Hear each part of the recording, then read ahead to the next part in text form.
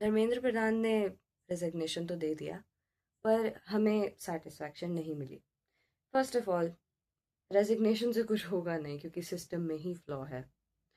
Second, ये जो resignation दिया गया है, अगर हम लेटर को ध्यान से पढ़ें तो हमें समझ आता है कि ये कितना अनअपोलोजेटिक रेजिग्नेशन था। इसमें हमें ही, स्टूडेंट्स को ही एक कल्प्रिट बताया गया और ये बताया गया कि हम एक वॉर छेड़ रहे हैं। तो एक्चुअली अगर हम उसको पढ़ें तो हमें पता चलेगा कि अगर स्टूडेंट्स के जो प्रोटेस्ट कर रहे हैं उन स्टूडेंट के खिलाफ पुलिस कोई एक्शन लेती है तो वो जस्टिफाइड है। अगर वो ब्रूटल होते हैं तो वो जस्टिफाइड है, because we are being treated as criminals, anti nationalists. तो इस रेजिग्नेशन का भी हमें इतना कुछ फ़ायदा नहीं होगा मेरे हिसाब से। अब मैं इस चीज़ पर अपनी टिप्पणी देना नहीं चाहती कि क्या सही है, क्या गलत है, क्या सच है, क्या झूठ है। मैं बस एक अकाउंटेबिलिटी लेना चाहती हूँ जो कि गवर्नमेंट ने नहीं ली। और मैं इतनी बड़ी हूँ भी नहीं कि मैं इतनी बड़ी अकाउंटेबिलिटी ले लूँ, पर मैं एक खुद से एक सिटीज़न होने के नाते मैं इस बात को भूलना नहीं चाहती। जो प्रोटेस्ट में हुआ मैं उसे भूलना नहीं चाहती। जो इतने दिनों पहले से चलता आ रहा था मैं उसे नहीं भूलना चाहती। इन इतने सालों में जितने फ्लॉज हुए हैं सिस्टम में मैं उसे नहीं भूलना चाहती। नॉर्मैलिटी के नाम पर इतनी सारी चीज़ें गड़बड़ हुई हैं, मैं उसे नहीं भूलना चाहती।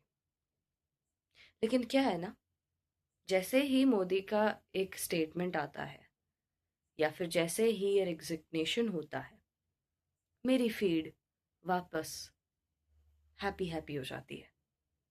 इंस्टाग्राम पे जब मेरे पास सिर्फ ऐसी रील्स आ रही थी जिसमें वो ब्रूटैलिटी दिख रही थी पुलिस वालों की, जिसमें कॉन्स्पिरेसी थ्योरीज चल रही थी, जिसमें पॉलिटिकल चीज़ों पर ही बात हो रही थी, कोई फ़नी रील आती भी थी तो मैं स्क्रिप्ट कर देती थी और उसके बाद उसका डेयर ही नहीं हुआ कि वो आए।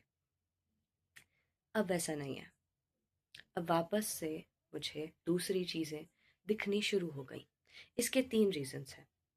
सबसे पहला रीज़न हो सकता है कि मैं खुद अब उतनी मोटिवेटेड नहीं हूँ, क्योंकि कोई भी चीज़ आती है it's natural for a human being कि वो एक बार में उत्तेजित होता है, मोटिवेटेड होता है। धीरे धीरे जब वो उतनी उतना बड़ा चीज़ नहीं होता या फिर उससे कोई बड़ी चीज़ नहीं होती तो आपका मोटिवेशन डाउन होने लगता है। Very natural. And sometimes it's irresponsible, like I consider it in is irresponsible in my case। ऐसा नहीं है कि मुझे हंसने का हक नहीं है, लेकिन फिर भी मैं उस बात को भूलने के पथ पर आगे बढ़ रही हूँ, राइट। सेकंड, ये हो सकता है कि गवर्नमेंट ने इंस्टाग्राम के एल्गोरिदम पे और कंट्रोल पाने की कोशिश करी हो और हमें डिस्ट्रैक्ट करने के लिए उन्होंने ऐसी रील्स को डाउन किया हो और अब सारा डेटा मिटाने की कोशिश की जा रही हो। This can be the second point, the second reason why this is happening.